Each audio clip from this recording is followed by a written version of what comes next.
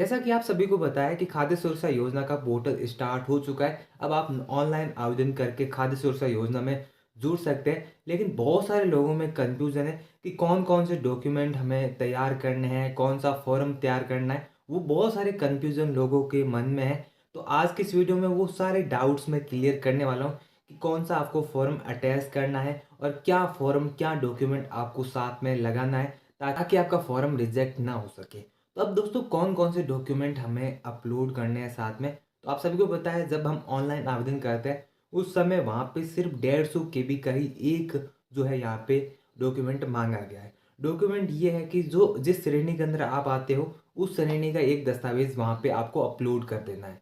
तो मतलब जिस श्रेणी के अंदर आप आते हो, उसी का आपको दस्तावेज़ अपलोड करना है और खुद का सिग्नेचर करके, खुद वेरीफ़ाई करके आपको अपलोड करना है। जब हमने पंचायत समिति से कॉन्टैक्ट किया तो वहाँ के अधिकारियों ने हमें बताया कि आपको प्रपत्र 1 और साथ में यहाँ पे इनकम सर्टिफिकेट आपको अपलोड करना है और साथ में जिस समावेशी श्रेणी के अंदर आप आते हो, उस श्रेणी के लिए आपको एक डॉक्यूमेंट अपलोड करना है। अब फॉर्म के अंदर ये बताया गया, ये फॉर्म ही मान लो, पूरा फॉर्म ही मान लो। अब यहाँ पे एक आया था, नोटिफ़िकेशन आया था, एक आदेश जारी किया था फूड डिपार्टमेंट ने। जैसे यहाँ पे प्रपत्र 1 है, उसके अंदर तो सब आ जाते हैं, 2 पेज हो जाते हैं। अब 2 पेज वो हो जाते हैं, उसके बाद में उन्होंने कहा इनकम सर्टिफ़िकेट भी आपको अपलोड करना पड़ेगा। अब 4 पेज वाला इनकम सर्टिफ़िकेट आपको अपलोड करना पड़ेगा। अब 4 पेज वो हो गए, 2 और 4 कितने हो गए? 6 पेज हो गए।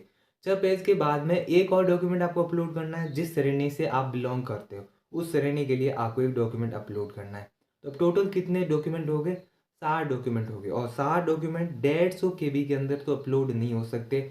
हम जब कंप्रेस करेंगे या फिर रिड्यूस करेंगे पीडीएफ को, तो उसकी जो यहाँ पे क्वालिटी है वो डाउन हो सकती है।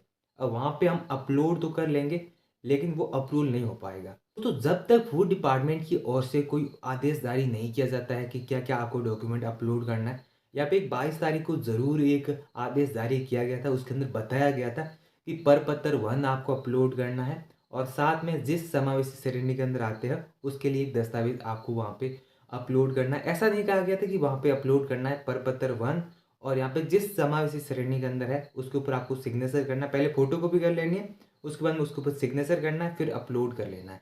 ये कहा गया है। वहाँ पे उस मतलब सरल किया गया है, जो प्रोसेस है वो सरल किया गया है। पहले थोड़ा कठिन था, जटिल प्रोसेस था, अब उस प्रोसेस को सरल किया गया है। तब फूड डिपार्टमेंट ऑफ़िशियली गाइडलाइन जारी नहीं करे इसके लिए, तब तक आपको ऑनलाइन आवेदन नहीं करना है। यहाँ पे ई-मित्र पर भी सर्विस चालू हो गई है, लेकिन ई-मित्र पे वो सेम पोर्टल है और सेम है, सिर्फ़ ₹50 का टोकन कटता है। वो सेम प्रोसेस है जैसा आप करते हो पब्लिक लॉगिन के अंदर। पब्लिक लॉगिन सिर्फ़ अभी हो रहा है, आने वाले समय के अंदर वहाँ पर भी ऑथेंटिकेशन लग जाएगा।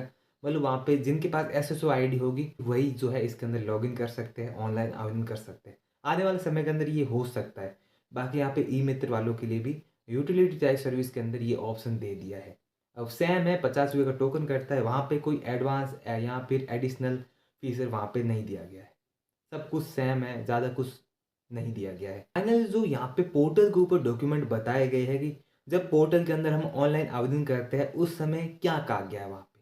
वहाँ पे जैसे ही हम श्रेणी सेलेक्ट करते हैं, उसके बाद में एक ही यहाँ पे ऑप्शन मिलता है कि समावेशी श्रेणी का हमें डॉक्यूमेंट अपलोड करना है। वहाँ पे कोई एडिशनल कुछ नहीं कहा गया है। सिर्फ़ जिस श्रेणी को आपने सेलेक्ट किया है, उसके लिए एक डॉक्यूमेंट अपलोड करना है, जो कि खुद वेरीफ़ाई होना चाहिए, सिग्नेचर खुद का होना चाहिए उसके ऊपर। तो बस इतना कहा गया है। बाकी कुछ भी नहीं कहा गया है, मतलब 150 केबी के अंदर वो फिक्स हो जाएगा। 150 केबी के अंदर 1-2 पेज बनते हैं तो वो अपलोड हो जाएँगे। बस इतना कहा गया है वहाँ पे पोर्टल के ऊपर। और बाकी हो सकता है कि आने वाले समय के अंदर जो फूड डिपार्टमेंट कोई गाइडलाइन जारी करे इसके लिए, या फिर वहाँ पे एक एडिशनल ऑप्शन दे दे कि फॉर्म के लिए यहाँ पे अपलोड करना है, फॉर्म यहाँ पे अपलोड करना है और यहाँ पे आपको जो समावेशी श्रेणी है, उसके लिए एक डॉक्यूमेंट अपलोड करना है, यहाँ पे ये अपलोड करना है, उसके लिए दे दे।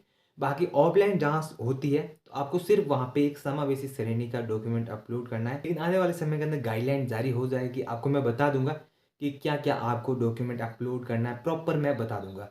अभी तक कोई साफ गाइडलाइन नहीं आई है, जिस वजह से हम आपको वो गलत जानकारी नहीं दे सकते हैं।